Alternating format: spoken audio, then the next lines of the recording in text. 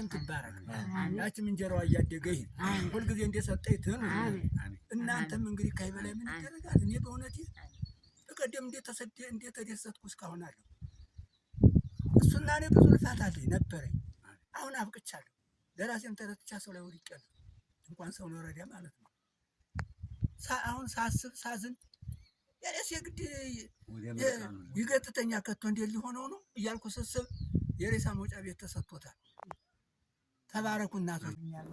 ሰላም እንዴት ናችሁ? ውድ ሀገሬ ልጆች፣ እኔ ጋር ሁሉ ሰላም ነው፣ እግዚአብሔር ይመስገን። ሰላም ነኝ፣ ሙሉ አለም ነኝ። ዛሬ እንግዲህ በሌላ ቪዲዮ መጥቻለሁ።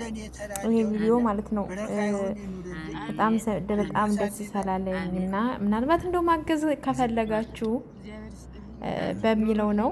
እናም ሁልጊዜም አንዳንዴ ከካሜራ ጀርባ ብዙ ደካማዎች አሉ እና እስኪ አንድ ነገር ልበላችሁ። እንግዲህ በዚህ በምስሉ ላይ የምትመለከቷቸው እናት እዚህ ጋር የምታወራው እናታችንና ካጠገቧ ያለው አባታችን ባልና ሚስት ናቸው። ግን እሳቸው ጧሪም ቀባሪም ልጅም የሏቸውም። እሷ ከነጭራሹ ልጅ የላትም።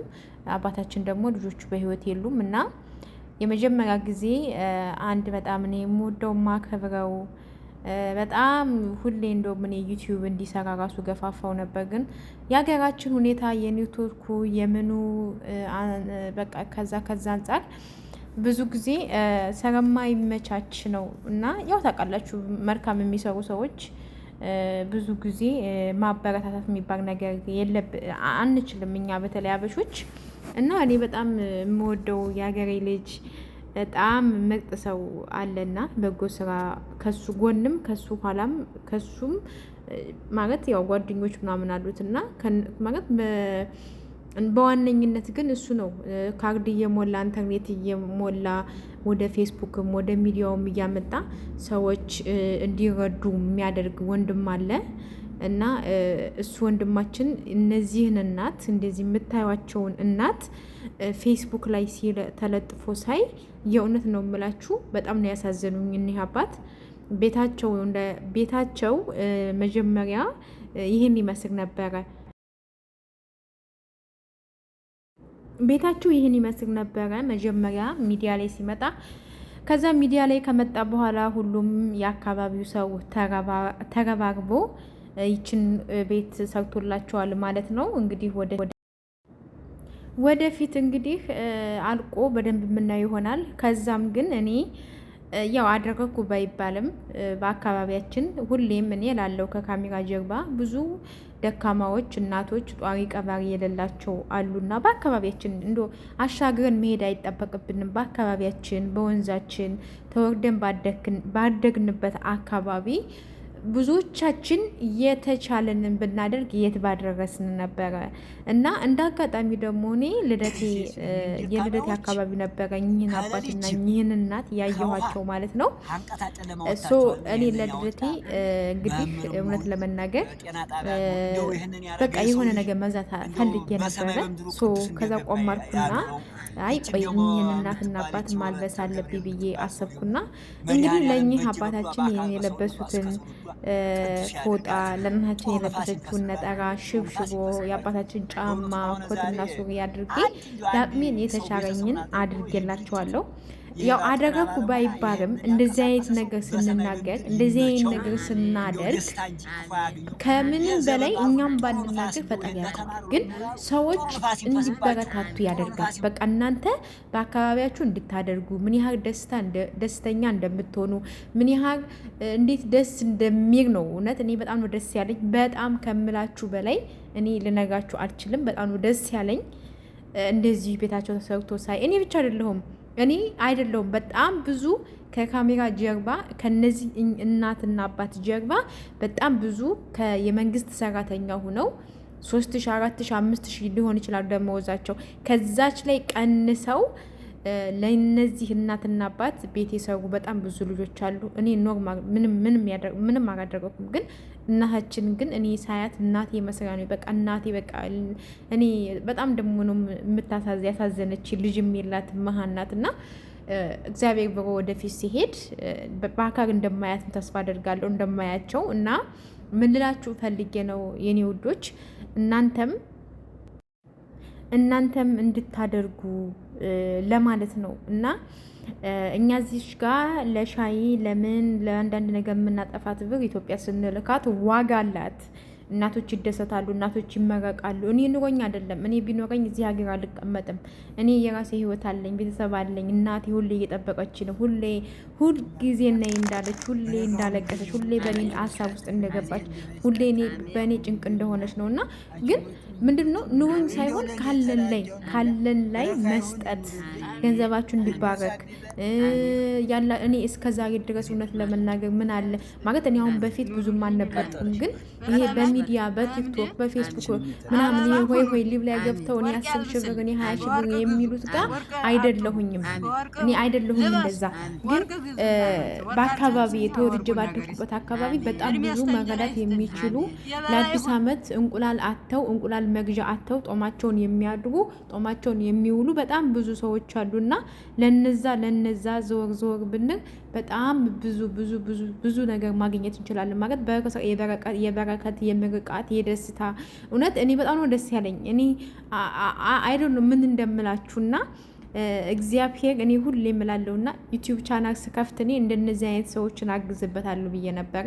ግን ፈጣሪ አልፈቀደውም።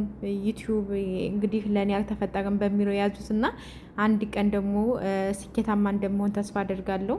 ልክ እናትና አባቴን ትቼ ስደት ላይ እንደመጣሁት ስደት ላይ መጥቼ ብዙ ነገር እግዚአብሔር ይመስገን ቀይሬያለሁ በህይወቴ።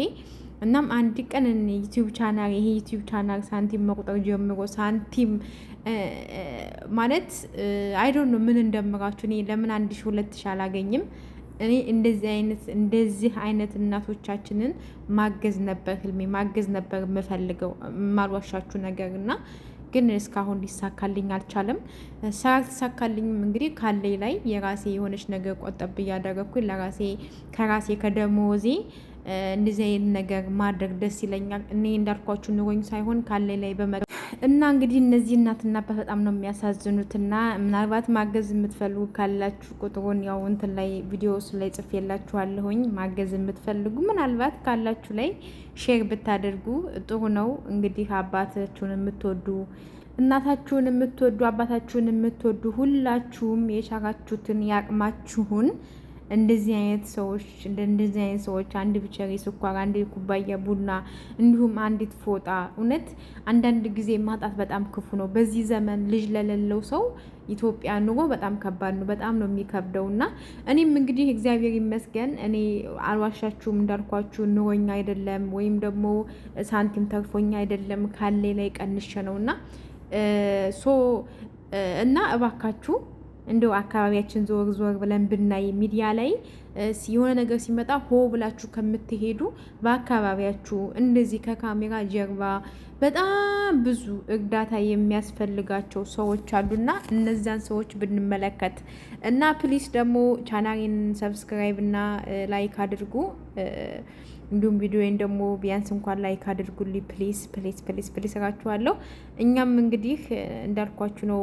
እግዚአብሔር ነገሮቹን ካስተካከለልኝ እውነት ለመናገር ኢትዮጵያ ገብቼ ብዙ ነገር መስራት እፈልጋለሁ። ማርያምን ነው የምላችሁ። ብዙ ነገር ብዙ በተለይ ደግሞ እንደዚህ አይነት ሰዎችን እያመጣ ሚዲያ ላይ እንዲታገዙ እንዲረዱ የሚያደርግ ወንድማችን አለና ያው ስሙ መጥቀስ ባይጠበቅብኝም እኔ በጣም ነው የማከብረው፣ በጣም ነው የማደንቀው። በጣም እኔ ኢትዮጵያ እንኳን ቤተሰቦች ጋር ስሄድ ምን ያህል ኔትወርክ እንደሚያስቸግር ምን ያህል ኔትወርኩ ተስፋ እንደሚያስቆርጥ አውቀዋለሁኝ። እና ያን ሁሉ ተቋቁሞ ያን ሁሉ ችሎ እሱ ወደ ሚዲያ እያመጣ ሰዎች እንዲታገዙ፣ ሰዎች እንዲረዱ፣ ሰዎች የሆነ ነገር እንዲያገኙ የሚያደርግ ወንድማችን ነውና እኔ በጣም ነው የማመሰግነው።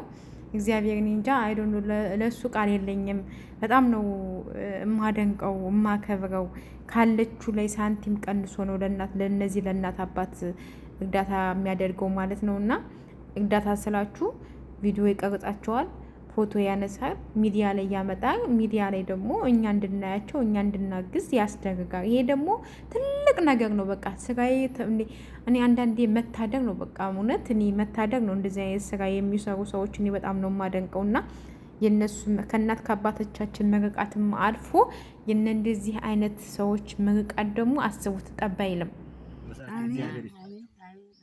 ይህንን ባለጠጋ ይህንን አንዱን ቅንጣት ታዛቢ ልጅ የሌለውን ዋጋች የሌለውን እናንተ አንቀሳቅሳችሁ ትልቁ ደረጃ አድርሷችሁታል።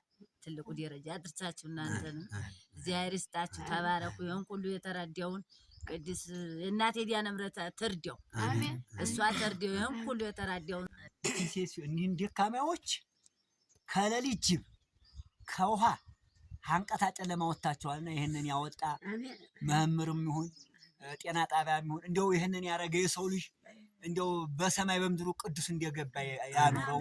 ይቺ እንደው የምትባል ይቺ ወለተ ገብርኤል የምትባል ሰው ደግሞ መድኃኔዓለም በእጅ በእግሯ በአካል በሰውነቷ እስከ ትውልዷ ቅዱስ ያድርጋት። ጥሩ ንፋስ ይንፈስባት፣ ጥሩ ንፋስ ይንፈስባት።